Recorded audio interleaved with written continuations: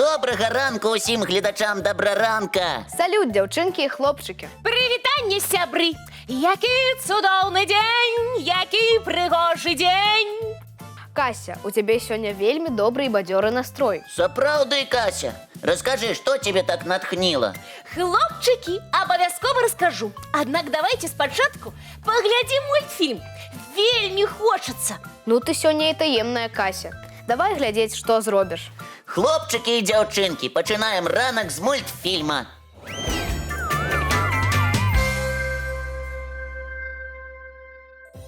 Кася, хочацца даведацца, што ў цябе адбылося. Ой, сябры, вы не здагадаецеся, як усё проста. Не интригуй, мы слухаем. Я сёння ночью бачыла такія цудоўныя і прыгожыя сны, што прачнулася быццам пасля сапраўднага падарожжа ў казачную краіну. Як цікава, вось гэта сны.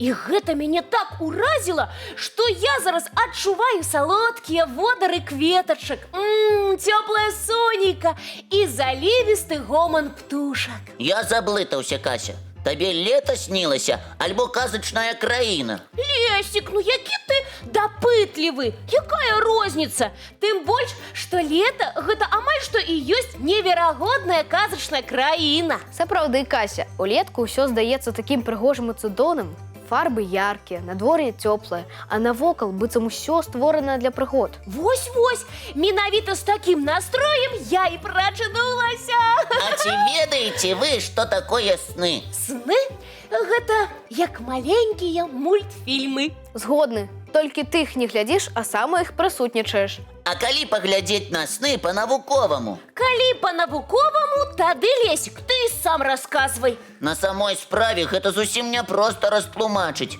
але я паспрабую. А мы паспрабуем зразумець.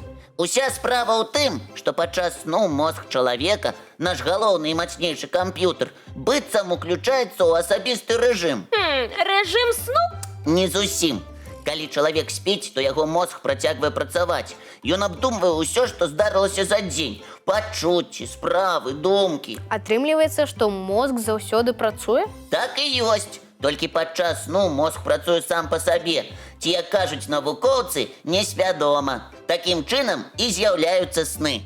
Пачакай, Лесик, калі я правільна зразумела, то сны гэта нашы думкі, жаданні, пачуцці ці фантазіі? Правільна, і ўсё гэта яднаецца. Зразумеў. Атрымліваецца, што калі ў школе я доўга рашаю цяжкую задачу па матэматыцы, то ў сне магу ўбачыць, як яе рашыць з дапамогай чараўніцтва? Усё так. Гэта быццам твой мозг спрабуе знайсці больш простае рашэнне.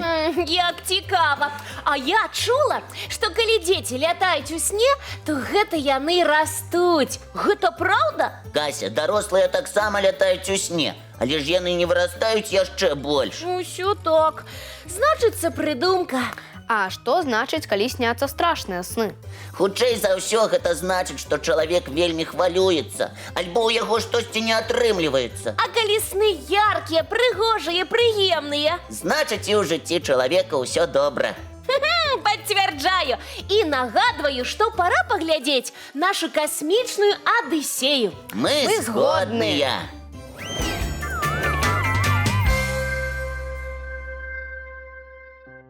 Я придумала сабе новы цікавы занятак. І гэта які, Кася? А вы паспрабуйце адгадаць. Кася, ты у нас такая выдумшчыца, што без падказак гэта немагчыма. Добра, хлопчыкі. Але будуць толькі дзве падказкі, таму слухайце уважліва. Пачынай, Кася. Першае. Гэты занятак можна лічыць мастацтвам. Пакуль нічога не зразумела. Другая падказка. Гэты занятак часта называюць мастацтвам прыгожага пісьма. Я здагадаўся. Ты вырашыла навучыцца каліграфіі. Правільна!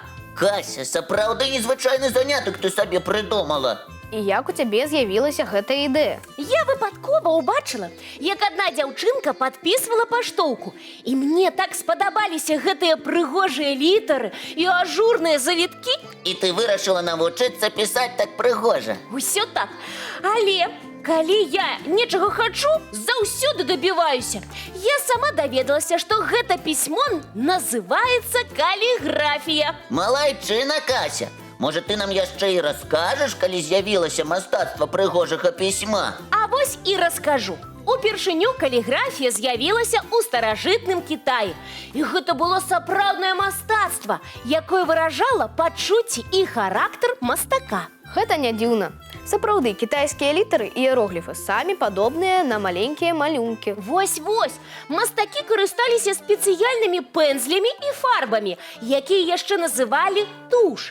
І кожны завіток альбо штрых меў сваё асабістае значэнне і сэнс. У старажытным Егіпце таксама была свая каліграфія. Гэта іерогліфы на сценах пірамід і храмаў. І вы толькі ўявіце, што гэтае можна ўбачыць і зараз. Гэта неверагодна.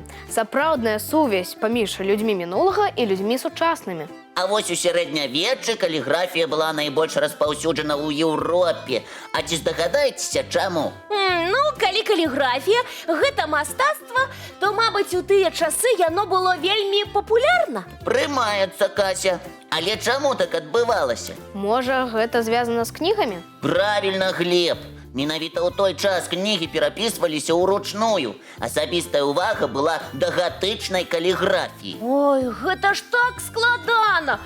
Перапісаць цэлую кнігу ўручную. Усё так, Кася. Таму кнігі вельмі шанаваліся і былі самымі сапраўднымі элементамі мастацтва. Цікава, а якія творы перапісваліся ў той час? Самай галоўнай кнігай была Біблія. Манахі, якія яе перапісвалі, упрыгожвалі літары і ўвесь тэкст. І ў кожнай мясцовасці былі свае ўпрыгажэнні. Атрымліваецца, што прыгожа пісаць было важна заўжды? Так, Кася. Напрыклад, каліграфіяй карысталіся не толькі для напісання кніг, а яшчэ і для пісем і подпісаў на розных дакументах. А атрымліваецца, што ўсе ў той час умелі прыгожа пісаць? Не, для гэтай працы існавалі спецыяльныя майстры. Іх вельмі шанавалі. Які ж цікавы занятак я сабе выбрала. Гэта праўда, Кася. Зараз лёгка надрукаваць любы тэкст у камп'ютары, але пры гэтым каліграфія нікуды не знікла. Напрыклад, у Японіі яе вывучаюць з дзяцінства.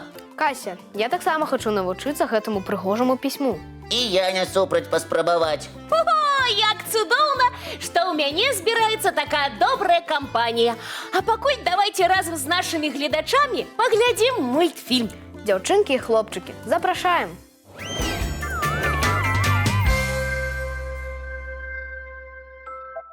Хлопчыкі, як вы лічыце, а мядзведзі ўжо ўладкаваліся на зімовы сон? Якое цікавае пытанне, Кася. Сапраўды, да зімы засталося зусім мала часу. Давайте запытаемся ў камп'ютара. Лесік, пачынай. Так. Пішуць, што мядзведзі ў нашай краіне пачынаюць рыхтавацца да зімняй спячкі ўжо напрыканцы кастрычніка. А што значыць рыхтуюцца? Яны што, ходзяць па крамах і выбіраюць сабе коўдру ды піжаму? Не зусім так, Кася. Зімовы сон для мядзведзя – гэта вельмі важны працэс, таму і рыхтавацца да яго трэба добра. Яны шукаюць сабе найлепшае месца для сну? Усё так. Мядзведзі шукаюць сабе утульную, сухую і, галоўнае, непрыкметную бярлогу, каб іх сон нішто не турбавала. А я чуў, што калі касалапы жыхар лесу прачнецца ўзімку, то ён ужо не засне. Правільна, і гэта вельмі дрэнна для яго. Чаму? І наогул, чаму мядзведзі спяць зімой? Уся справа ў тым, што калі наступаюць халады і снег, мядзведзям вельмі цяжка знайсці сабе ежу. Таму прырода прыдумала для іх доўгі сон. І што, яны зусім не прачынаюцца і бакі ім не баляць? Зусім не прачынаюцца. Падчас такога сну ўсё ў арганізме мішкі запавольваецца, амаль спыняецца. Яму не хочацца есці і рухацца, толькі спаць. Як цікава і незвычайна. Але я б не хацела так доўга спаць. Гэта ж і Новы год, і каляды, і зімовыя забавы праспаць можна. А мне больш цікава, як мядзведзі спяць у зоапарках. Там жа у іх няма турбот з ежай. Гэта так, Глеб. Таму многія мядзведзі ў зоапарках не спяць. А яшчэ я чула, што мішкі падчас сну смокчуць лапу. Гэта праўда? Зараз запытаемся. А я ўпэўнена, што так і ёсць. А ты, Глеб? А я думаю, што гэта казка. А вось і адказ. Уся справа ў тым, што падушачкі на лапах мядзведзя маюць толькі скуру без меха, а яна ўзімку змяняецца на новую і вельмі свярбіць. Таму мішка і смокчыць лапу? Усё так, Кася, так яму лягчэй. Дзякуй, Лесік. Цяпер мы даведаліся, чаму пра спячку мішак і ў мультфільмах паказваюць, і ў казках пішуць. Усе ж добра, хлопчыкі, што мы не мядзведзі, а то і нас бы зараз чакаў доўгі сон. А як жа мульцікі? Кася, як добра, што ў нас ёсць ты. З табой мы ніколі не прапусцім мультпарад. Тады пачынаем. Глядзім.